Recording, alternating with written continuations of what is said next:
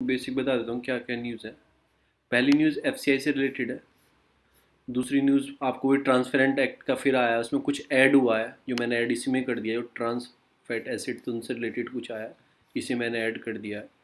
फिर ये आपका in faith of marriage special marriage act से रिलेटेड न्यूज़ है, तो मैंने पूरा कवर कर लिया है इसमें। पूरा स्पेशल मैरिज एक्ट जो पिछले मैंने पढ़ा है न्यूज़ में वो सारा कवर कर लिया है। फिर नेक्स्ट न्यूज़ पॉस्को से रिलेटेड है, एडिटोरियल में ही है पॉस्को के बारे में, वो मैंने कवर कर दिया। फिर फ्लैश फ्लड क्या है, ये आज की न्यूज़ है, वो पुरानी थी। मैंने बताया ना कंटिन्यू आर्टिकल पढ़ोगे, वो पुरानी थी, ये आज की। फ्लैश फ्लड क्या होता है। फिर प्रिवेंशन पीएमएलए एक्ट से ये इन्फोर्समेंट डायरेक्टर के ऊपर पूरी बता दिया क्या क्या कैसे बनी है, कब बनी है। फिर एक चोपड़ा कमेटी आई है, वो बता दिया है। फिर ये अराका सुबह करके एक वैरायटी आई है मैरी गोल्ड की, मतलब, तो उसकी मैंने बता दी है वैरायटी। और नेक्स्ट न्यूज़ क्या, राज्यसभा इलेक्शन कैसे होते हैं, वो सारी, क्योंकि अभी रिटायरमेंट हो रहे हैं। जैसे गुलाम नबी आज़ाद कल उनके ला फेयरवेल थी, लास्ट दिन था, तो उनको मतलब कि मोदी जी भावुक हो गए। तो वो इलेक्शन कैसे होते हैं, कैसे पूरे राज्यसभा में इलेक्शन होते हैं, बस यही सारी चीज़ है। आ जाते हैं मेन आर्टिकल पर, कि आपको बताइए कि तो 173 स्टिल मिसिंग है, 32 मतलब डेथ हो चुकी है 32 लोगों की। तो हम कुछ उस एरिया के बारे में, ऋषि गंगा क्या है, धौली गंगा क्या है, फिर आपका ये सब के बारे में थोड़ी एक डिटेल ले लेते हैं, ओवरव्यू ले लेते हैं कौन सी लोकेशन के हिसाब से। थोड़ा मैंने मार्क करके रखा है। फर्स्ट ऑफ ऑल ये सारा एरिया है, आपको दिख रहा है कि एक नंदा देवी नेशनल पार्क है, फुल स्क्रीन कर देता हूँ। आपको दिख रहा है यहाँ पे नंदा देवी नेशनल पार्क है, नंदा देवी नेशनल पार्क है, ठीक है ना। इधर नंदा देवी है, यहाँ पे ये रेड दिख रहा है, यहाँ पे फ्लड आई है, उत्तराखंड फ्लड यहाँ पे आई है। जहाँ पे दिख रहा है ये ऊपर जोशी मठ है, ये बद्रीनाथ है ऊपर, इधर जोशी मठ है ये नीचे, और नीचे करणप्रिय आ गया, ये रुद्रप्रिय आ गया, और नीचे जाएंगे और नीचे जाएंगे ये देवप्रिय आ गया। ये चमोली डिस्ट्रिक्ट है, चमोली डिस्ट्रिक्ट जो बता रहे हैं, यहाँ पे फ्लड आई है, यहाँ पे चमोली डिस्ट्रिक्ट है, श्रीनगर पड़ गया। ये श्रीनगर उत्तराखंड वाला श्रीनगर है। तो ये पूरा एरिया कौन सा है, ये चमोली डिस्ट्रिक्ट में आता है, चमोली यहाँ बीपी एरिया, ठीक है ना। तो मैं आपको थोड़ा सा आइडिया दे देता हूँ क्या क्या क्या चीज़ें हैं।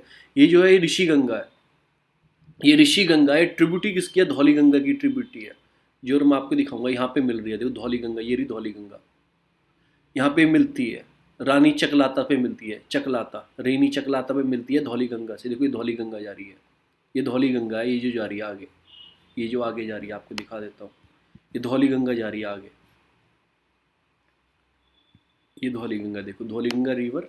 और ये किससे मिलती है, यहाँ पे इससे ऋषि गंगा मिलती है, ट्रिब्यूटरी इसकी ऋषि गंगा रैनी के पास मिलती है। तो आपको थोड़ा सा याद रखना है। ऊपर कौन सा है, नंदा देवी नेशनल पार्क है। तो ऋषि गंगा में भी फ्लड आई, फिर धौली गंगा में उससे आई। तो ऋषि गंगा पे प्रोजेक्ट है तपोवन, फिर ऋषि और धौली गंगा पे था, तो दोनों तबाह हो गए। और ये कहाँ जाके किससे मिलती है, ये विष्णु प्रयाग जाके मिलती है आपका अलकनंदा से, फिर पूरी नीचे तक उसमें गई। फिर मैं आपको वो भी बता देता हूँ।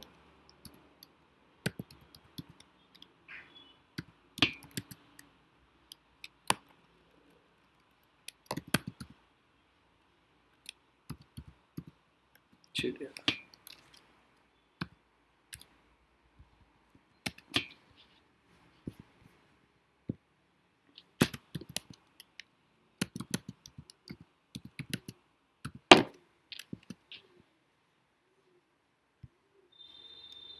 इमेज दिखा देता हूँ मैं आपको, दोबारा रिवीजन कर लेंगे। देखो ये हम दोबारा रिवाइज कर लेंगे, ये मैंने आप कई बार रिवाइज करा चुका हूँ। देखो जहाँ पे धौली गंगा मिलती है वहाँ पे विष्णु प्रयाग बोलते हैं, जहाँ पे नंदकर्णी मिलती है अलकनंदा से, उसे नंद प्रयाग बोलते हैं। जहाँ पे पिंडार आती है उसे करण प्रयाग बोलते हैं। फिर मंदाग्नि केदारनाथ से आती है, उसे रुद्र प्रयाग बोलते हैं। और लास्ट में गंगोत्री से भागीरथी आती है, उसे देव प्रयाग बोलते हैं। उसके बाद कौन सी गंगा स्टार्ट हो जाती है, ऋषिकेश में, हरिद्वार में, ठीक है ना। तो बी और ए से याद रखना, बी से बद्रीनाथ, तो ए से कौन सी निकलती है, अलकनंदा। धौली गंगा सबसे ऊपर वाली है, तो विष्णु जी सबसे बड़े भगवान थे, विष्णु प्रयाग सबसे ऊपर है। फिर नंद्रकर्णी का नंद्र प्रयाग है। और पिंडारीज जो थे, जो ब्रिटिश उन्हें सप्रेस करना चाहती थी क्योंकि उनके कर्म बेकार थे, तो इसलिए करण प्रयाग। और मंदाकिनी से रुद्र, और फिर भागीरथी से देव प्रयाग। तो यहाँ पे धौली गंगा इसकी ट्रिब्यूटी है ऋषि गंगा, जहाँ पे ऋषि गंगा पे आया, फिर ऋषि गंगा का प्रोजेक्ट भी बह गया, और फिर धौली गंगा का जो प्रोजेक्ट है एनटीपीसी का, दोनों वो डिस्ट्रॉय हो चुके हैं, इससे फ्लड आ चुकी है। तो यही सारा मैंने आपको थोड़ा बताना चाहता था इसके बारे में। फ्लैश फ्लड क्या होती है, सडनली फ्लड आना, उसे फ्लैश फ्लड बोलते हैं। फिर आते हैं ईडी की न्यूज़ आती है, ED research office of digital new platforms, ठीक है ना। तो ये सब न्यूज़ आई, इसमें कुछ पढ़ने का नहीं है, कि new platform of new E click, S click, ठीक है ना। तो उन्होंने एक न्यू प्लेटफॉर्म लीक किया, न्यू एस्किलिक for a several other places to connect with the legal receipt of 30 crore of overseas. तो उसके लिए उन्होंने लॉन्च किया, हमारे लिए इंपॉर्टेंट क्या है, ईडी। ईडी इंपॉर्टेंट, थोड़ा ईडी के बारे में पढ़ लेते हैं, कब बनी, कैसे बनी, उसके बारे में थोड़ा ले लेते हैं। एक तो ये प्रिवेंशन मनी लॉन्ड्रिंग एक्ट था, ये एम्पावर करता है ईडी को, ये एम्पावर करता है ईडी को फॉर ट्रैकिंग करने के लिए, मतलब चीज़ों को ट्रैक करने के लिए। ये स्पेशलाइज फाइनेंशियल इन्वेस्टिगेशन एजेंसी है, स्पेशलाइज फाइनेंशियल इन्वेस्टिगेशन एजेंसी है, अंडर डिपार्टमेंट ऑफ रिवेन्यू की आती है, under department of revenue, ministry of finance के अंदर। पर जब ये फॉर्म हुई थी 1 मई 1956 में, 1956 में फॉर्म हुई थी, तो उस टाइम इसका नाम था इन्फोर्समेंट यूनिट। ये डायरेक्टर ऑफ, मतलब डिपार्टमेंट ऑफ इकोनॉमी अफेयर में आती थी। बाद में इसको 1957 में ईडी का नाम दे दिया गया और डिपार्टमेंट ऑफ रिवेन्यू को दे दिया गया। ये हैंडलिंग करती है exchange control of law violation under the foreign exchange regulation act 1947, इसको रेगुलेट करती थी। फिर 1957 में इसे नाम चेंज करके ईडी बना दिया गया, इन्फोर्समेंट डायरेक्टरेट। और 2 लोग को इन्फोर्स करती है, 2 लोग को कौन कौन से हैं, एक तो आपके FEMA है जो फॉरेन एक्सचेंज मैनेजमेंट एक्ट है 1999 वाला, एक prevention of money laundering act है 2002 वाला, PMLF, ठीक है ना। और इसकी एक स्पेशल कोर्ट होती है, उसका नाम बोलते हैं PMLA कोर्ट बोलते हैं। और उसमें आप हार जाओगे तो उसकी अपील कहाँ कर सकते हो, हाई कोर्ट में कर सकते हो। तो ये सारा इसका पूरा स्ट्रक्चर है, आपको याद रखना स्टार्टिंग में किस में थी, बाद में किस में थी, कौन से डिपार्टमेंट के अंदर आती है और कौन से लॉ को इन्फोर्स करती है, कौन से 2 लॉ को इन्फोर्स करती है। तो ये 2 लॉ ऐसे इन्फोर्स करती है। चलिए हम आ जाते हैं अपनी न्यूज़ पे। तो ईडी के बारे में हमने पढ़ लिया, फिर न्यूज़ आगे चलते हैं। सॉरी, आगे चलते हैं। स्पेशल मैरिज एक्ट के बारे में कुछ दिया गया, सेंट्रल ऑब्जेक्ट टू, मतलब bill against special marriage act. तो हम इसमें कुछ नहीं है, कुछ इंपॉर्टेंट नहीं है पढ़ने का। जो इंपॉर्टेंट है वो स्पेशल मैरिज एक्ट ही है कि क्या है, उसके अंदर क्या प्रोविज़न है, अभी क्या इशू चल रहा है, हाई कोर्ट्स ने क्या चेंजिंग की है। तो थोड़ा स्पेशल मैरिज एक्ट को हम देख लेते हैं। हम पहले भी पढ़ चुके हैं स्पेशल मैरिज एक्ट, पर उसे फिर रिवाइज कर लेंगे।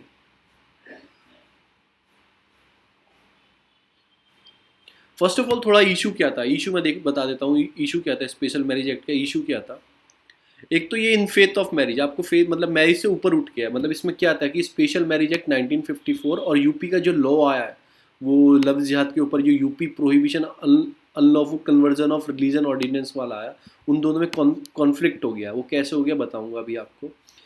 तो इससे पहले एक्ट से पहले क्या था, ये एक्ट कब आया कि 1872 में कॉलोनियल स्टेट के टाइम में, कॉलोनियल के टाइम पे एक मतलब कि पेटिशन फ्रॉम ए केशव चंद्र सेन, उनने ब्रह्मो समाज की डिमांड की थी, मतलब डिमांड नहीं की ब्रह्मो समाज, उसी से रिलेटेड 1954 में ये एक्ट बनाया गया था। इसमें क्या है कि अगर इसमें आप मैरिज कर रहे हैं ना, तो आप अपने रिलीजन से भी ऊपर, किसी भी रिलीजन के आप हों, किसी भी फेथ में आप शादी कर सकते हैं। तो इनमें फाइट हो रही है इस वाले में, ये बोल रहा है कि आप रिलीजन चेंज नहीं कर सकते, ये बोल रहा है आप रिलीजन से ऊपर उठ के शादी करोगे, कि कोई रिलीजन आपके इसमें नहीं आएगा बीच में, आपको हिंदू हो मुस्लिम हो कुछ भी हो, तो कोई रिलीजन आपके बीच में नहीं आएगा, कोई भी जाति से हो आप, किसी भी कंट्री से आप बिलोंग करते हो। तो ये एक्ट बोलता है ऐसा, ये एक्ट बोलता है कि ऐसा चेंज नहीं कर सकते। आप चेंज करोगे तो आपको 2 मंथ पहले आपको अपने लोकल अथॉरिटी को बताना होगा कि मैं चेंज कर रहा हूँ, तो मेरी प्राइवेसी के अगेंस्ट है। तो यही दोनों में प्रॉब्लम है। और हमें प्रेरणा कहाँ से मिली स्पेशल मैरिज एक्ट बनाने की, ब्रह्मो समाज जो केशव चंद्र सेन का था, ये इन्होंने बात उठाई थी 1872 में, उससे हमें प्रेरणा मिली ऐसा कोई एक्ट होना चाहिए। फिर उत्तर प्रदेश, मतलब कि जो उत्तर प्रदेश का ऑर्डिनेंस वाला एक्ट आ रहा है, मतलब जो ऑर्डिनेंस लेके आए हैं वो, उसमें क्या इशू है, एक तो राइट है, मतलब कि अनटचेबिलिटी का एक प्रॉब्लम है, एक सोशल डिस्क्रिमिनेशन है, एक प्राइवेसी का है, और 25 आपको बोलता है किसी भी रिलीजन फ्रीडम है आपके पास, right to life with dignity का इशू है।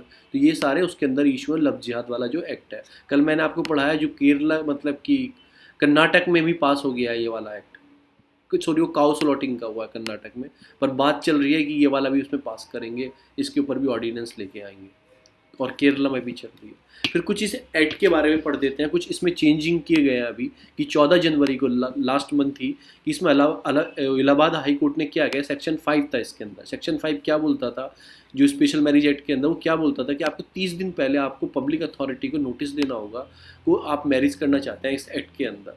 तो ऐसा था उसमें, पर वो स्टक डाउन कर दिया है। किसने स्टक डाउन कर दिया, इलाहाबाद हाई कोर्ट ने। ऐसा क्यों कर दिया है, क्योंकि वो राइट टू प्राइवेसी है, मैं अपनी प्राइवेसी रखना चाहता हूँ, मैं तो नोटिस देना नहीं चाहता, मैं शादी प्राइवेसी में करना चाहता हूँ, तो उसके अगेंस्ट उन्होंने स्टक डाउन हटा दिया है उस क्योंकि जो आपको 1 महीना पहले देना था। अब ऐसे ही देखते हैं कि सुप्रीम कोर्ट क्या डिसीजन सुनाती है। उसमें जो आपका लफ्ज़ियात वाला एक्ट है, यूपी का ऑर्डिनेंस है, उसमें तो 2 मंथ पहले आपको बताना है, लोकल अथॉरिटी को नोटिस देना है।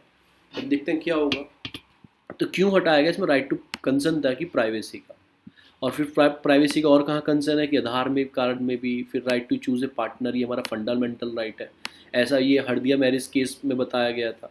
फिर 377 हम किसी से भी शादी कर सकते हैं, ऐसा नवजोत सिंह जो जौहर वाला केस था, बोहरा वाला केस था, उसमें बताया गया था कि हम किसी से भी शादी कर सकते हैं, इवन रिस्पेक्टिव ऑफ मतलब लड़का लड़का लड़की लड़की। 377 जो था समलैंगिक वाला जो एक्ट था, यही सारी चीज़ में बताई गई है। स्पेशल मैरिज एक्ट 1954 में आया था, ये सेंट्रल लेजिस्लेशन था और वैलिडेट रजिस्ट्रेशन करता है इंटर रिलीजन मैरिज को, इंटर कास्ट मैरिज को इन इंडिया में करता है, ठीक है ना। और इसमें मतलब कुछ एज कंसर्न की गई है कि लड़की की एज 21 होनी चाहिए, फीमेल की 18 होनी चाहिए, किसी भी धर्म का हो, किसी भी कंट्री का हो, किसी भी कास्ट का हो, तो आप इसके एक्ट के अंदर जाके कोर्ट में शादी कर सकते हैं। ये ऐसा आपको प्रावधान देता है, ये वाला एक्ट। तो सारा इस एक्ट के बारे में बता दिया, इशू बता दिए। अभी इसमें जो सुप्रीम कोर्ट मतलब हाई कोर्ट ने इस पर रोक लगा दी, 30 दिन पहले आपको पब्लिक नोटिस देना होता था शादी करने से पहले, उस पर भी हटा दिया है। फिर ये कॉन्फ्लिक्ट करता है जो यूपी का एक्ट है वो यूपी का एक्ट जो है इंटर रिलीजन मतलब कि कन्वर्जन ऑफ रिलीजन ऑर्डिनेंस को, ये एक तरह से मतलब कि दोनों में फाइट होती है आपस में, वो अगेंस्ट है, ये अगेंस्ट है।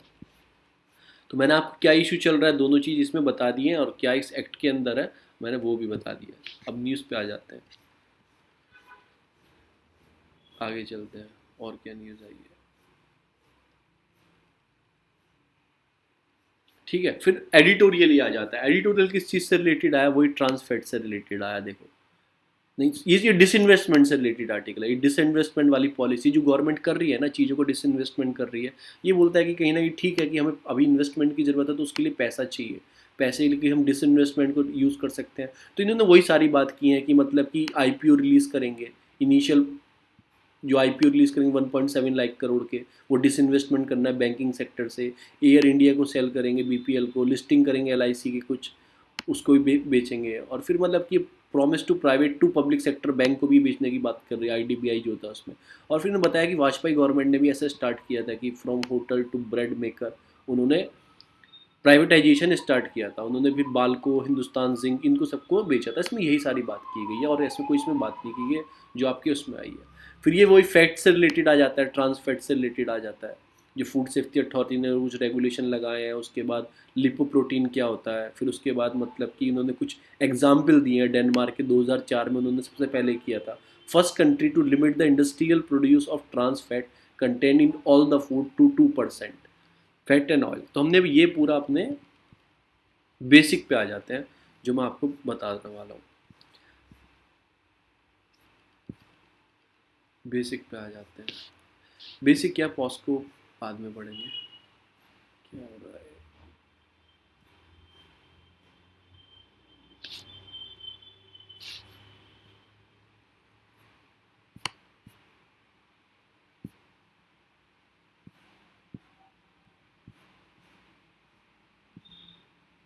हाँ, पहले एफएसएसआई के बारे में पढ़ते हैं। एफएसएसआई क्या है?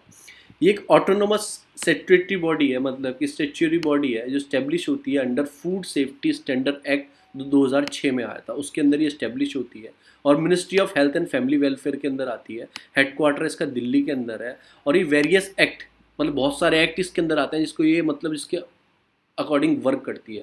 तो बहुत सारे एक्ट है, कम से कम 15-20 एक्ट है, तो उनका नाम जानने की कोई ज़रूरत नहीं है। कोई नया ऐड होगा रिसेंटली तो मैं वो बता दूंगा। फिर इसमें क्या करिए, प्रोसेस क्या करती है, एक तो स्टैंडर्ड चेक करती है, ये देखती है कि सेफ फूड है कि, लाइसेंस देती है फूड बिजनेस वालों को, इंश्योर करती है कि कंप्लेन जो आई है इंस्पेक्शन ढंग से हो सके, इंस्पेक्टिंग हो सके, टेस्ट करती है फूड को, स्टैंडर्ड को, ट्रेन करती है बिल्डिंग कैपेसिटी को, सिटीजन आउटरीच। तो ये सब इसके काम ये करती है। और इसमें कुछ अमेंडमेंट किया गया था। अमेंडमेंट क्या किया गया था इसमें, 2011 में रेगुलेशन आए थे। फिर इसने क्या स्टार्ट किया कि जो मतलब कि आपके पैकेजिंग फूड आते हैं ना, कुरकुरे ये वो सब, उनको मतलब कि उनको लाइसेंस रजिस्ट्रेशन देना स्टार्ट किया। उसके पीछे लिखा आता है ना FCCI मतलब रजिस्ट्रेशन नंबर, ऐसे लिखा आता है। फिर फूड प्रोडक्ट स्टैंडर्ड को इन्होंने मतलब कि रेगुलेट करना स्टार्ट किया था। इस ये और क्या करती है, स्टैंडर्ड चेक करती है कि ऑर्गेनिक फूड को रेगुलेट करती है। फूड एडवर्टाइजिंग पे होते हैं ना, जैसे आप कोई चीज़ बेच रहे हो उस पर लिखा है कि ऑर्गेनिक, आप लिख के बेच रहे हो ऑर्गेनिक चीज़ है, तो उसको भी रेगुलेट करती है कि वो एडवर्टाइजमेंट ठीक है या गलत है। फिर ये कुछ इंग्रीडिएंट होते हैं, मतलब जो मिले होते हैं हार्मफुल, जो आप खाते हो, जैसे मैगी के ऊपर इशू आया था, उसमें हार्मफुल कोई इंग्रेडिएंट था, उसको भी ये रेगुलेट करती है, चेक करती है, अगर पाया गया तो उस चीज़ को प्रोहिबिट कर देती है। मैगी गायब हो गई थी मार्केट से तो प्रोहिबिट कर देती है। तो ये सब चीज़ें जो हैं इसमें क्या क्या होते हैं, इसमें कंपोजिशन क्या होता है, इसमें एक तो चेयरमैन होता है appointed by the central government, और 22 मेंबर होते हैं इसमें और 3 वुमेन होना कंपलसरी है, ऐसा है। तो इसमें ये बताया गया। अब ट्रांसफैट क्या होता है, देखो 2011 में इंडिया पहला रेगुलेशन लाता है ट्रांसफैट के ऊपर कि लिमिट करता है 10% होना चाहिए ऑयल एंड फैट चीज़ों के अंदर। फिर 2015 में 5 कर देता है, 2021 में अभी जो है 3 करने वाला है, 2022 तक 2 कर देगा। और जो WHO की गाइडलाइन है ट्रांसफैट को एलिमिनेट करना है 2023 तक, मे भी 2% से वो एलिमिनेट कर दे 2023 तक। अभी 2022 तक की गाइडलाइन आई है जो आई है ट्रांसफैट की। ऐसा किस में बताया गया है कि रिप्लेस गाइड है, जो WHO की रिप्लेस गाइड है रिलेटेड टू ट्रांसफैट, उसमें ये सब चीज़ें बताई गई हैं। ठीक है, अकॉर्डिंग टू द WHO बोलता है कि पूरे वर्ल्ड में 5.4 लाख डेथ होती हैं, किससे रिलेटेड होती हैं, ट्रांसफैट फैटी एसिड से खाने से। हार्ट अटैक हो जाता है, कार्डियोवैस्कुलर कुछ भी हो जाएगा, ये सब चीज़ें।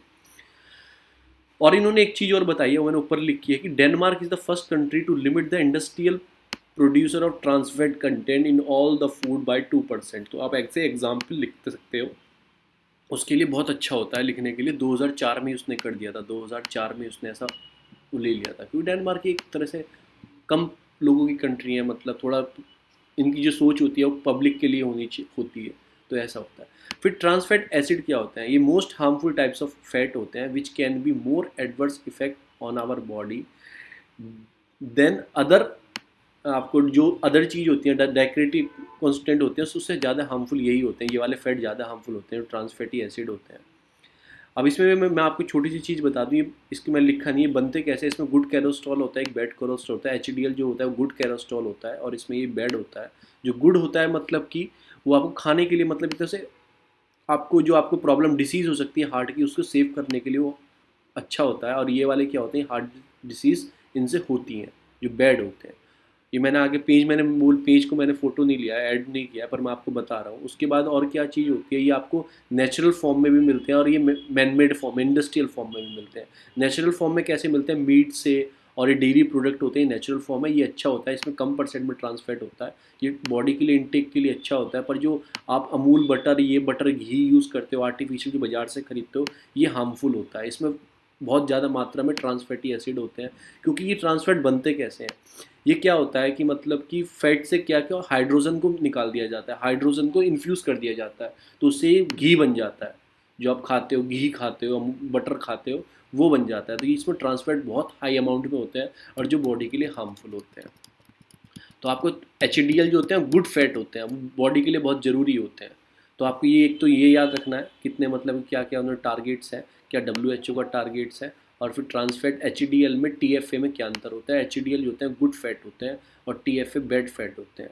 ठीक है ना, ट्रांसफैट हमें नेचुरल फॉर्म में ही मिलता है और आप इंडस्ट्रियल फॉर्म में भी, इंडस्ट्रियल में वो अमूल का बटर ये वो सब, और नेचुरल फॉर्म में आप जो प्रोडक्ट खाते हैं, घी दूध खाएंगे जो नेचुरल फॉर्म से आ रहा है, और फिर मतलब कि इन चीज़ों से मिलता है ट्रांसफैट आपको नेचुरल फॉर्म में। ठीक है, अब आ जाते हैं हम अपने आर्टिकल पर। इस पे यही बताया गया है, जो चीज़ सारी चीज़ बताई गई है इसमें यही बताई गई है। अब दूसरा आर्टिकल आता है, ये हमारा पढ़ने के लिए कोई उपयोग नहीं है कि पुशबैक, मतलब कि जो डिप्लोमेसी चल रही है, ये हमारा पढ़ने के लिए कुछ नहीं है। फिर हम सीधा आते हैं कि fine turn to state of the app technology. अभी क्या हो रहा है, आपने देखा कि आपको रेगुलरली वो व्हाट्सएप क्या आपको एडवर्टाइजमेंट दे रहा है कि हम क्या कर रहे हैं, प्राइवेसी के लिए काम कर रहे हैं, वो स्टेटस रख रहा है, प्रोटेक्ट कर रहा है कि हम प्राइवेसी के लिए काम कर रहे हैं, ऐसा वो बोल रहा है। तो बोल रहा है कि ठीक है, लोग भी बिलीव करने लगे हैं कि मतलब हाँ व्हाट्सएप कुछ हमारे लिए कर रहा है कि प्रोटेक्ट कर रहा है प्राइवेसी को। Trend date to become stronger in the recent past में स्ट्रॉन्गर हुआ है कि प्राइवेसी के ऊपर भी लोग सोचने लगे हैं, ये सब चीज़ है।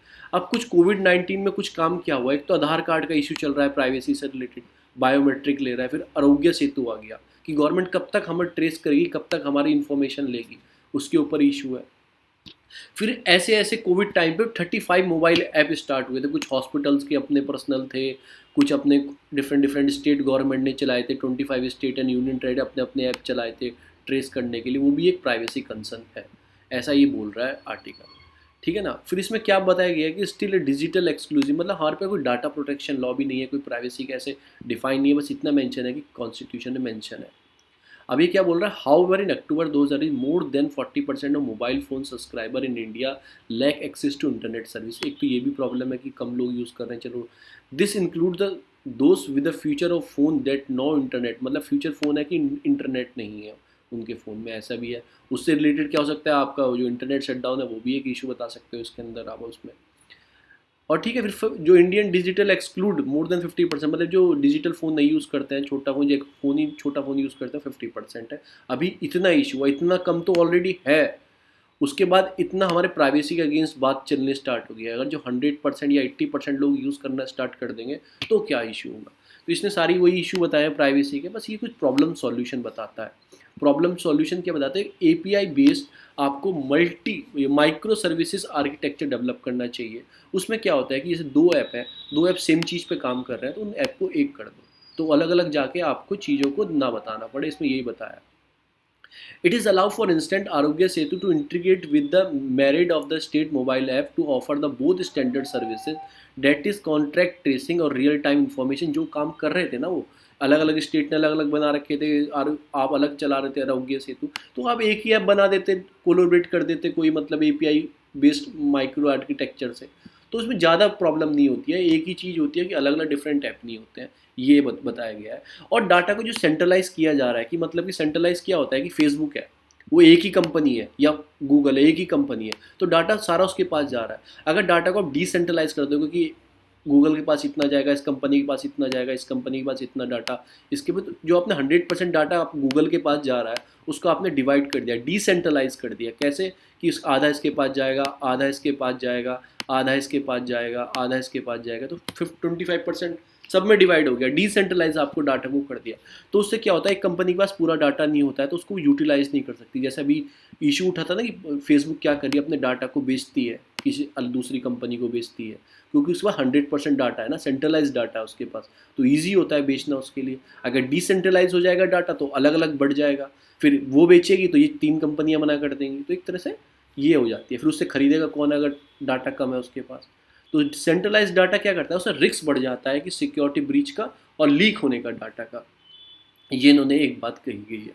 फिर several mobile app of the state government employ are centralise approach, ऐसे बहुत सारे ऐप सेंट्रलाइज अप्रोच रखते हैं, तो ये भी आपको चेक करना चाहिए। फिर गवर्नमेंट को ऑडिट करना चाहिए, इसमें लिखा है कि ऑडिट, तो आपको 3 स्टेप पता लगे। एक तो API based micro service architecture, कि दो ऐप एक से काम कर रहे हैं उनको इंटीग्रेट कर दो, ठीक है ना। फिर आपको डाटा को डिसेंट्रलाइज कर दो सेंट्रलाइज से। और तीसरा बोलता है कि गवर्नमेंट को एक ऑडिट करना चाहिए, structural audit, that continuously put the spotlight of government of India back technology, extending the same level of scrutiny technology platform develop। जो मतलब एक सारी चीज़ क्या है कि एक साइंटिफिक वे में आपको स्क्रूटनी करना चाहिए कि वो सही से ये काम कर रही है कंपनी या नहीं कर रही है। तो ये 3 चीज़ का इसमें प्रोविज़न दिए गए हैं। चौथी मैं आपको बता रहा हूँ, डाटा प्रोटेक्शन एक्ट को इतना स्ट्रॉन्ग लाना चाहिए, क्योंकि उसकी ज़रूरत है कि डाटा प्रोटेक्शन एक्ट को स्ट्रॉन्ग बनाना चाहिए। और जो इतने सारे हमारे लॉ है, जैसे आईटी एक्ट हो गया, टेलीग्राम एक्ट हो गया, और सेवरल लॉज है, उनको कोडिफाइड करना चाहिए, एक स्ट्रॉन्ग लॉ बनाना चाहिए, क्योंकि पब्लिक को पता नहीं होता है कि कौन सा लॉ किस चीज़ के लिए काम कर रहा है, तो उन्हें स्ट्रॉन्ग बनाना चाहिए, एक ही लॉ बनाना चाहिए। जैसे आपने जीएसटी बना दिया, सारे टैक्स को, इनडायरेक्ट टैक्स को मिला के जीएसटी बना दिया, तो ऐसे ही सारे एक्ट को मिला के एक एक्ट बना देना चाहिए कि पब्लिक को अवेयर करना चाहिए कि आपका डाटा प्रोटेक्शन ऐसे कुछ हो रहा है आपके साथ, तो आप रजिस्टर्ड कर सकते हैं, कोई अथॉरिटी बनानी चाहिए। तो यही सारी इसमें प्रोविज़न है, ठीक है। आगे चलते हैं, फिर वही डैम के ऊपर, ये डैम एंड डैमेज मैं एक बार आपको पढ़ा ही चुका हूँ। ईजनिंग ऑफ डैम बहुत बढ़ चुकी है। ईजनिंग का मतलब क्या है, सिल्ट उसमें बढ़ जाता है, जो सिल्ट सेडिमेंट बढ़ जाता है उससे क्या होते हैं, जो उनके माउथ होते हैं डैम के, वो चौक हो जाते हैं, और पीछे से ज़्यादा पानी आता है तो मतलब उन्हें नीचे के जो डाउन स्ट्रीम के गेट हैं वो खोलने पड़ते हैं, तो फ्लैशिंग फ्लड आ जाती है डाउन स्ट्रीम रीजन में। तो यही सारी चीज़ें, ईजनिंग ऑफ डैम में क्या होता है, सिल्ट में कन्वर्ट हो जाता है पानी। तो ये मतलब कि इसमें क्या बताया गया है कि जो अभी नीति पास के पास मतलब उत्तराखंड चमोली डिस्ट्रिक्ट है, उसमें क्या आई है, ये आई है। एक चीज़ याद रखना, ये चमोली डिस्ट्रिक्ट है, चिपको मूवमेंट से रिलेटेड है, यहीं से चिपको मूवमेंट स्टार्ट हुआ था। चिपको मूवमेंट क्या, महिलाओं पेड़ को चिपकना स्टार्ट कर दिया था, कोई भी काटने आता था महिला पेड़ को चिपक जाती थी, तो चिपको मूवमेंट यहीं से स्टार्ट हुआ था। फिर इसमें स्टोरी दी गई है कि जून 26 को मतलब कि जो उत्तराखंड हाई कोर्ट ने बोला था कि जो एक्सप्लोसिव यूज़ कर रहे हो ऋषि गंगा साइड में, कि मतलब ब्लास्ट करते थे ना, जो डाम बनाने के लिए ब्लास्ट पत्थर को तोड़ते थे, एक्सप्लोसिव यूज़ कर रहे हो, 2019 में 26 जनवरी को उत्तराखंड हाई कोर्ट जो नैनीताल में, उसने पहले ही बोल दिया था प्लीज़ ऐसा कोई स्टेप मत लो, उसे इलीगल माइनिंग बैन लगा दिया था, फिर भी आप करते रहे, फिर भी आप करते रहे। दूसरी चीज़ क्या बोली, चोपड़ा कमेटी आई थी, आपने उसकी चीज़ नहीं मानी। उसने बोला था कि डैम को जो डिजास्टर टाइम में फ्लड आता है उसको कैसे हम रोक सकते हैं, उसकी आपने कमेटी की रिपोर्ट नहीं मानी। फिर आपने 2013 में आपके फ्लड आए थे, उससे आपने कुछ सीख ली जो केदारनाथ में फ्लड आए थे।